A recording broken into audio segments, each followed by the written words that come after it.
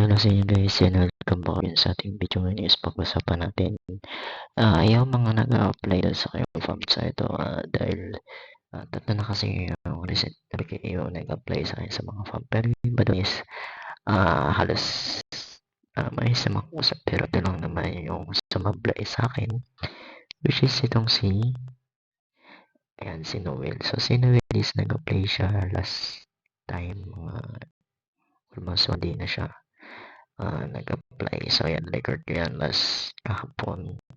And ito yung nangyari guys. So, bali chinat ko siya and hindi siya nag-reply ng ayos until nun sinend ko na yung form. Nag-reply siya, tipid yung chat niya and tipid yung reply niya. Pero nung sinend ko na yung form ng farm, hindi na siya nag-reply. So, ito lang naman yun, kailangan gawin nyo once na nag-apply kayo sa farm. Which is sa PBB Frander. So, ang gagawin nyo dyan, guys, is once na nag-apply kayo, is message nyo lang yung leader and deputy and yung mga admin. So, once na nag-apply kayo, is kailangan nyo mag-message para malaman nyo kung ano yung susunod steps na gagawin. And yun lang naman guys. So simple lang naman. Isa-send namin sa inyo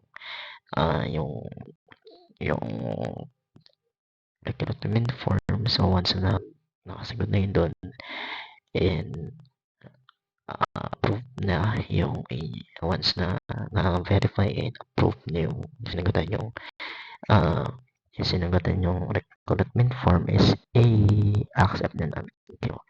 And so pagtapos nun so pwede na kayo mag-task and siguraduhin lang na gagawin yung task nyo and hindi kayo magiging pabigat sa farm, yung meaning na hindi kayo gagawa ng task or yung magiging matitengga lang yung account nyo doon and para magiging floating account nyo.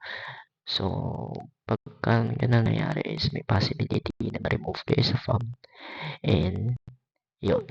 So kita-kits na lang ulit and kung gusto nyo mag-apply so lalagay ko yung requirements kung ano yung magiging kung ano yung abangan nyo kung ano yung requirements sa description box and sa comment section. So guys, and kita kayo sa susunod video guys. Thanks for watching.